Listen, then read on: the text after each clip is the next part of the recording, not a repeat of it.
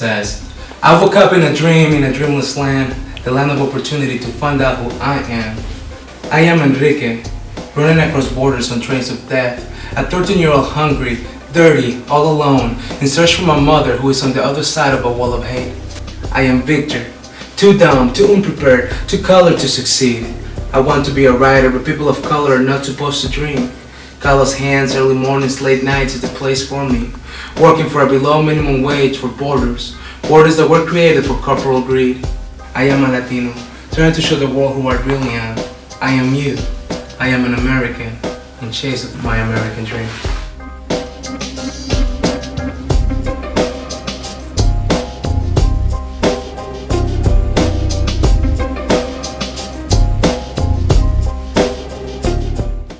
My name is Bryan, Rojas.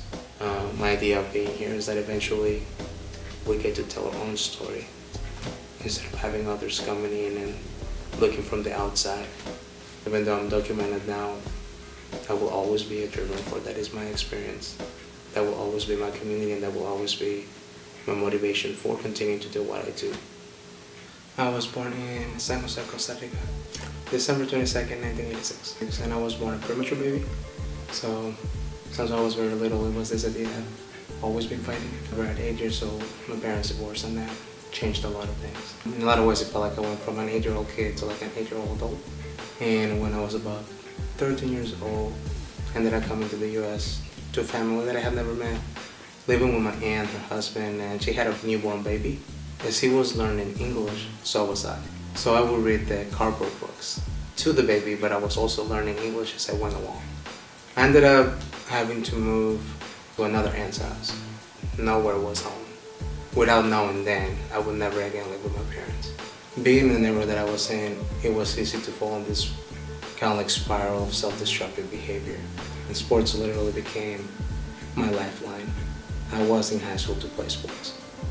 Because I was from Costa Rica, because my ethnic background was different, my accent was different, even when I spoke Spanish, listened to different music, had different cultural traditions, and even used different words. I kind of felt pretty marginalized within the Latino community, and also within the mainstream community. There was a lot of things that I felt I didn't get to do. Like college was not really something I think I could do. Didn't think I was going to be able to attend.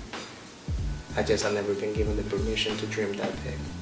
At 18 years old, for the first time in my life, I set foot on a college campus. What Puente looked like was the first place in which I actually identified as being Latino.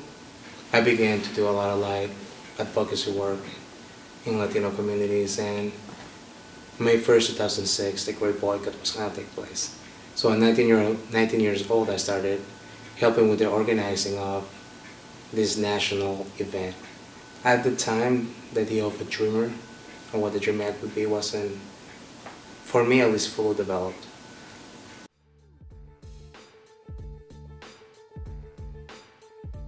I decided to start my own club, and it was the Dream Club, which was a club that was pro-community, pro-immigration, and pro-education.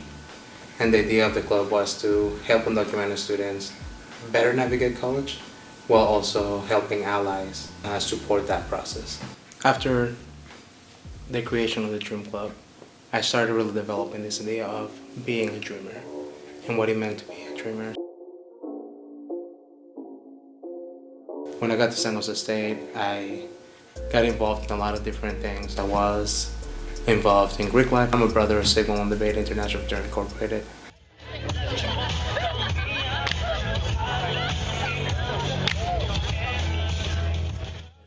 We started a mentoring program, which was called FE, which means faith in Spanish, in which we work with at-risk elementary school kids. I was also my brother's guardian. It was fairly chaotic.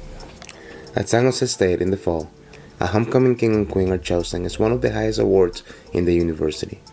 Without them knowing, fall 2010 they had chosen their first undocumented homecoming king. That spring, in front of many familiar faces, I was able for the first time to come out and say, I am an undocumented student. I am not an us and them, I am them.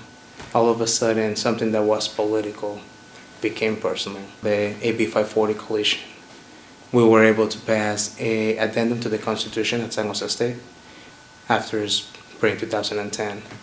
Documentation was no longer an issue for things like getting books or being able to borrow a laptop if you couldn't afford to buy one. So in 2010 I graduated, and I was like first in my family to graduate college, and I was still undocumented. Now I had a college degree and could do nothing with it. I felt defeated. I felt like maybe it was time for me to go back home. At least back in Costa Rica I could drive a car with a license. I could get in a plane without having to worry about whether or not I was going to my destination or back to Costa Rica.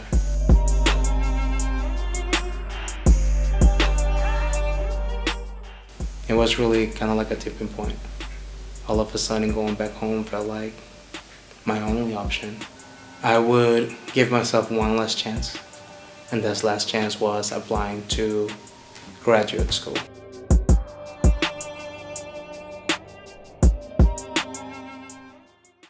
And it was actually June 6, 2012 that I received my green card.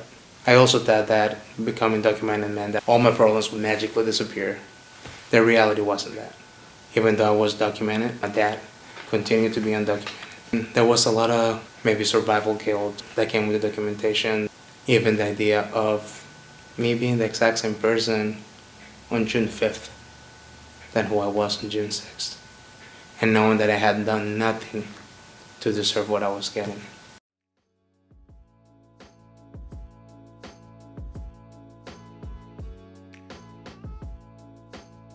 It was the work of dreamers, undocumented students, by going into offices and doing lock-ins and risking themselves, their bodies, their livelihood, so others could gain those benefits.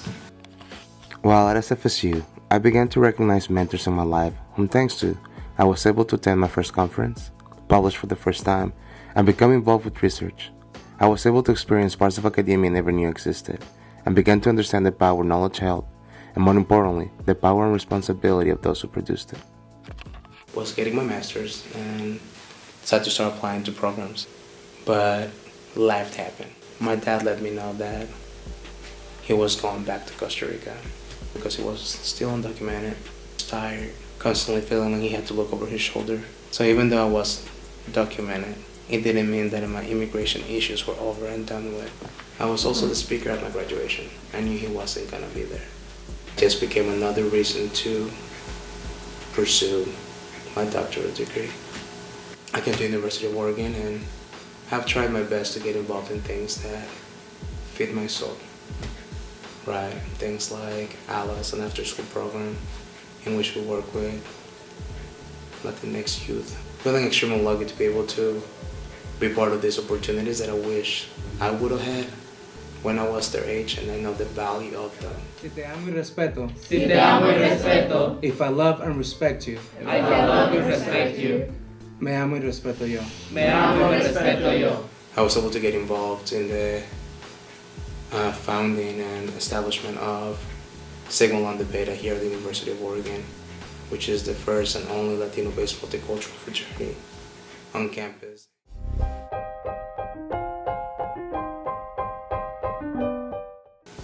A lot went through my head. All of a sudden I felt that there was something trivial about being in academia. Everything I tried to do outside of academia, whether it's research or involvement with groups or anything else, I tried to make it social justice driven, to live up to what it means to be a scholar activist. I've been out and about, and I've been marching, and I've been getting involved on top of all the academic responsibilities that come with being in a doctoral program. Yet, I question my place within it. Being in academia can be fairly isolating at times. I don't think we have any other dreamers in this program. I think this summer I'll have to get my citizenship. It has become a have to because it just doesn't feel safe not to have it anymore. I have given everything that I am to a place that I call home. But the reality is that my story is not really the exception. It's actually more of the norm if people just took a second to understand that. I think that things will look a little different.